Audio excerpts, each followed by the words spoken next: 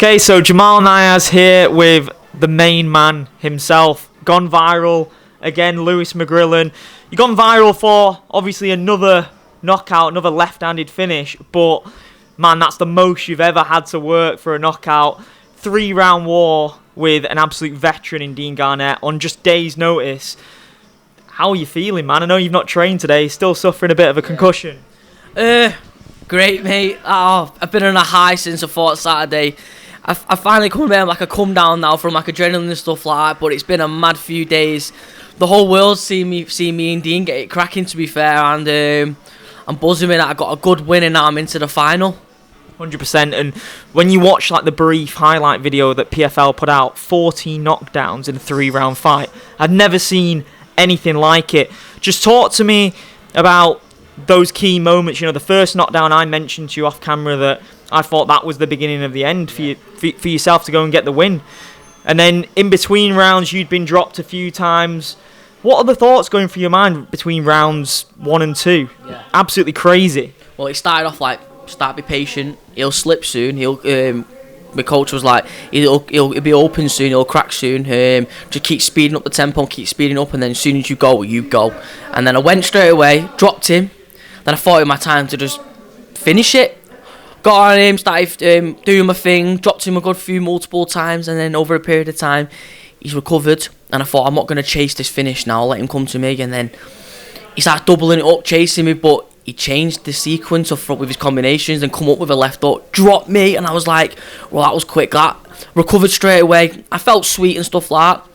Dropped him multiple times, and then he dropped me, and then got me in the maddest guillotine ever. Honestly, man, that was so tight. I could feel it. I felt, at one point, I felt it going a little bit black. I was like, yo, I'm going out here, but I was prepared to die Saturday, me. And that's something that I've always known about you, that a fight like that, a 3-round war, where you've come out the other side, where you've been tested, your chin's been tested, I thought that was always going to do more for you and make you more famous than those one-punch knockouts where it was just utter domination. And that was something that you manifested years ago when we were on the FCC shows, we were on the Vida shows. You said, I want to feel my own blood, I want to taste my own blood, and I want to be in the trenches. Yeah. Was it everything you wanted it to be and more? Everything. Loved it. As soon as I was bleeding, I looked at him and I went, licked it and I went, this is what I'm here for, mate. And then he looked at me like, right, this mad mate. Yeah, we got it cracking though, mate, honestly. And then, do you know what was mad, yeah?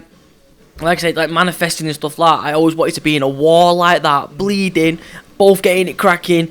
I've gone down, he's gone down, and then I finish him with my signature punch. Exactly. And it happened. It was just mad. The universe is weird, you know, how it brings itself together and stuff like that. And as well as that, yeah, you could be like, oh, some bad things happen in your life, and then all of a sudden a great thing comes along and it's you. Like, you just don't expect it. Do you know what I mean? It's crazy. And the storyline within the fight itself was amazing enough. You could make a film about that. Yeah. But the fact that he used to coach you, he used to train you, was it back at All Powers, I believe? There's pictures that you put up of him training classes specifically for you.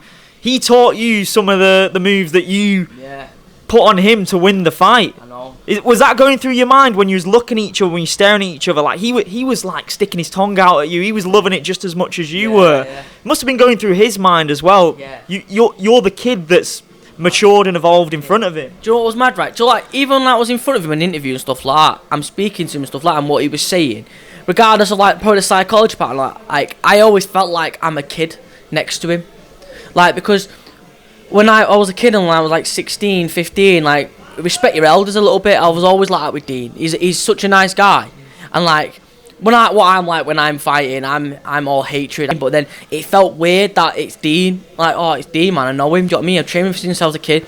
I've gone down to his gym. I've trained with his lads and stuff like that. And like, they are great people, mate. I have no disrespect to him at all. Like, we got in there and we both got it cracking, and I think everyone loved it, man. It was a proper Northwest battle. That was like something you see from like them regional boxing fights. Yeah. So you get like a Nigel Benn or Chris Eubank or a regional like little derby fight. It was like one of them. That's what it felt like. Yeah, it was absolutely amazing. And like I said, you've gone viral from that. Everyone's calling it the greatest UK MMA fight in history.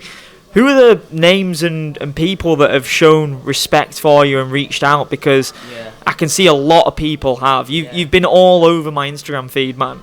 I got a few people, mate. Just people from like, I heard a lot of people from like other promotions and like the PIs and stuff like that, like showing each other and stuff like that.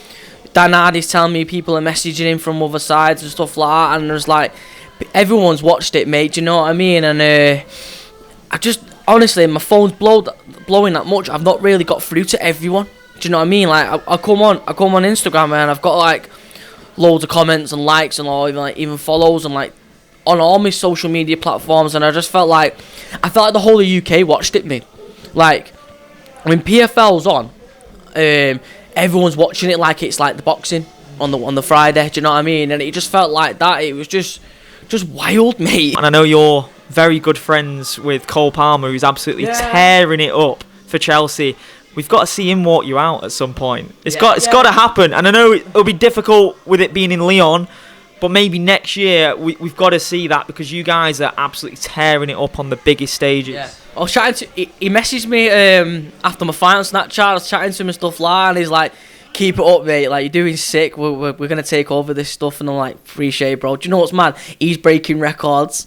I'm breaking records. Do you know what I mean? If like, we're just from women. Do you know what it is? We're just a couple of kids from an estate, just chasing what we love. That's his love, and my love's fighting. End of the day, look at him, man. He's a baller. He's a baller, mate. Yo, he's been to my fights, been with me, Shaw, in the regional scene. He's watched me fight and stuff like that. Mate, he's just a lad. He's just like me, just another lad from the estate. And look at that, how your careers are sort of like mirroring each other. You go and do that on Saturday, defeat Dean Garnett, go to the 100k final. The same day, he breaks the record for most goals in a first half, 4 goals in a first half for Chelsea.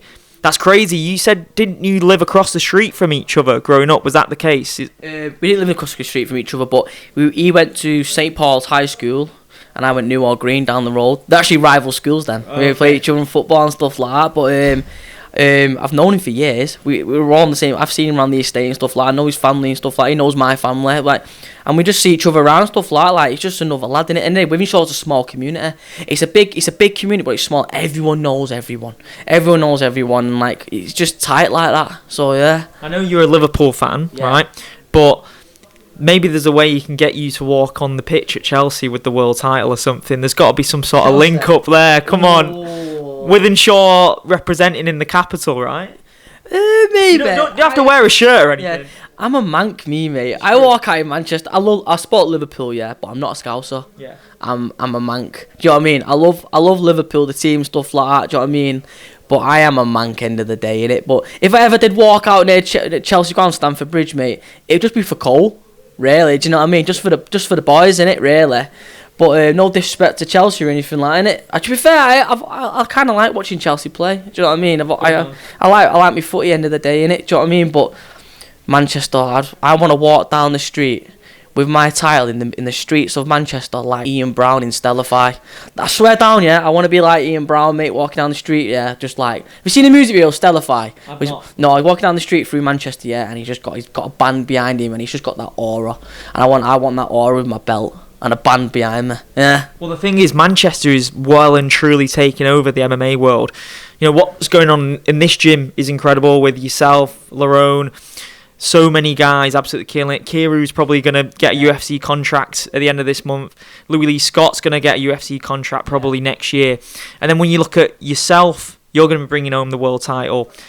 Brendan's going to be bringing home a world title. And Dakota as well. Yeah. If that happens 3 for 3, you guys are going to be doing that music video recreation. The 3 of you together. 100%. It's going to be mad, mate. Do you know what it is, as well? Do we, like, everyone getting their opportunities in the UFC now, and like other promotions in our gym, like even Atiba Gauthier, he came from the mean, I'm going to say streets, the sand pits of Cameroon. He has seen some things, mate, and he's come over and he's a specimen. He's in top 2 anyway. Next minute, like he's coming over fighting for the UFC, specimen, and like Carl always said to us, keep training hard and watch us in the next 2 years. And he said that 2 years ago. Now look at everyone, we're all getting our opportunities, man. Lerone Murphy gonna fight, gonna knock out Danny Ige. I was playing with him on the game the other day, mate. I was absolutely just banging man out.